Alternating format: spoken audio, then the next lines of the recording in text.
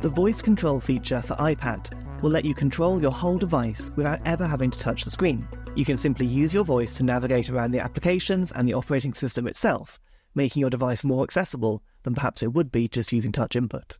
To enable this feature, all we need to do is jump into the Settings app and then scroll down until we find Accessibility. From here, we're looking for voice control under the physical and motor section of the settings. When you tap onto here, it's simply a case of using that toggle at the top of your screen to enable voice control. But before we leave this page, there are a couple of other things I want to draw your attention to.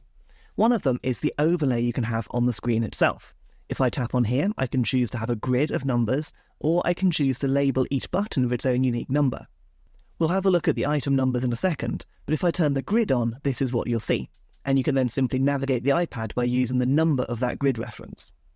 I prefer using the numbers myself rather than the grid, so if we go back a screen, we can actually use the voice control guide at the top to learn a little bit about how this feature works.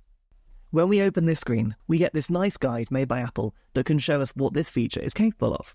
At the moment, you can still see that grid of lines over my screen, but we'll soon get rid of that and replace it with something which, for me personally, I find more useful. So, we're going to simply use our voice to begin this process. Click Getting Started. Throughout this guide, we're going to follow the instructions, and I'm going to do a little bit of it with you now. I won't do the whole thing, but just so you can get the idea of how this works. Show numbers. Tap 5. Tap 6. Scroll down. Scroll up. Tap 6. Swipe down. Go home. Go home. You can see that I can navigate that demo using my voice, but it works in other apps as well. For example, open App Store. Of course, I can choose to hide that overlay of numbers or show it, so it hasn't always got to be on. Hide numbers. Show numbers. Tap 11. Tap 4. Tap 6.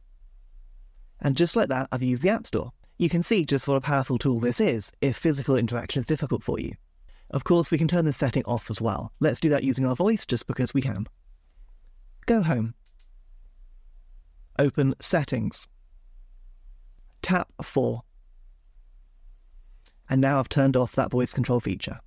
And that's voice control for iPadOS. At the end of this video, I'd urge you to go into the Settings app and enable it on your device and just give it a go.